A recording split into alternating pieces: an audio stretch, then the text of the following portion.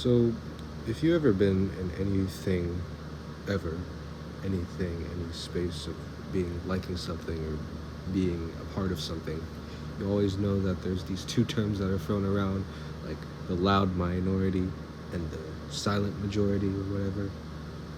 Okay, realistically, when has the silent majority done anything useful in voicing their opinion and in voicing their community? Well, you know, outspokenness always gives first impressions to someone's community. I know for a fact that it does because, uh, when it comes to having an experience, you don't want to be associated with something generally despised by other people. And that was once me at one point. I think cringe culture has probably done more damage to my social skills than everything else in life. And now I've become the thing that I swore I once destroyed when I was like 12 years old. Um, there's nothing more to that. I'm just saying. But, okay, let's say that you are an outspoken person and you are part of this loud minority group.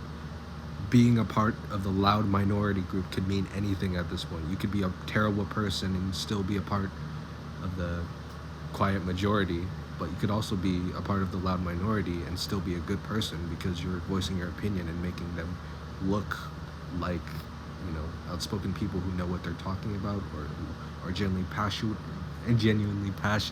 about everything they have in their space, whether it be communities based on like media or like general jobs or whatever you have in your LinkedIn page or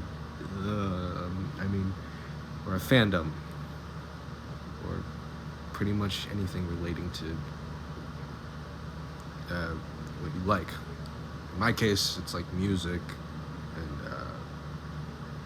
trying to learn production. I only use one DAW and I haven't tried making a song in.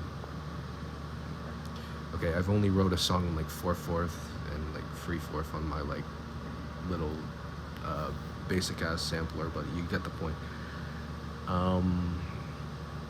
Yeah. But one more thing I would like to add is that a lot of loud minority groups throughout history have changed the course of history for both better and worse for society. What do you think fascism has done? What do you think that any protesting when it came to any minority group has done for the world? It gave people rights, it gave people even more hatred for one another, it gave people so many things in life, and we have to categorize people in the loud minority group as mostly terrible.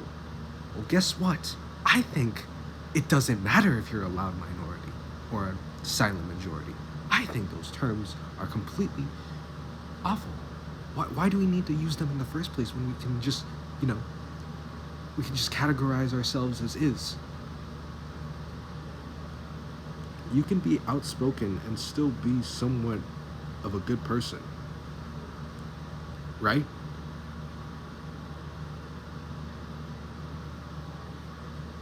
And it's always these people who like want to put people in boxes and just label them in like tiny little ways where you can just categorize them. You think that's you think I get it. You want to label people as is so that it doesn't get too confusing, right? Life is pretty confusing as it is.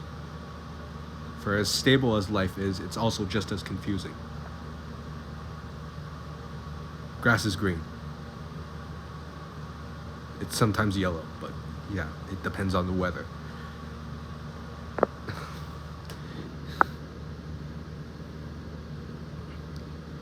I am baffled. This is some pseudo intellectual kind of talk I'm speaking, but you get the point. Anyone on the internet can be a pseudo intellectual who talks about how loud minorities probably don't exist and silent majorities probably don't exist. If you were, let's say, a silent majority kind of person, which I have been, And I probably am sometimes. I'm sometimes the person who's a part of the loud minority in some spaces. For the worse or the better, everyone has flaws, I think.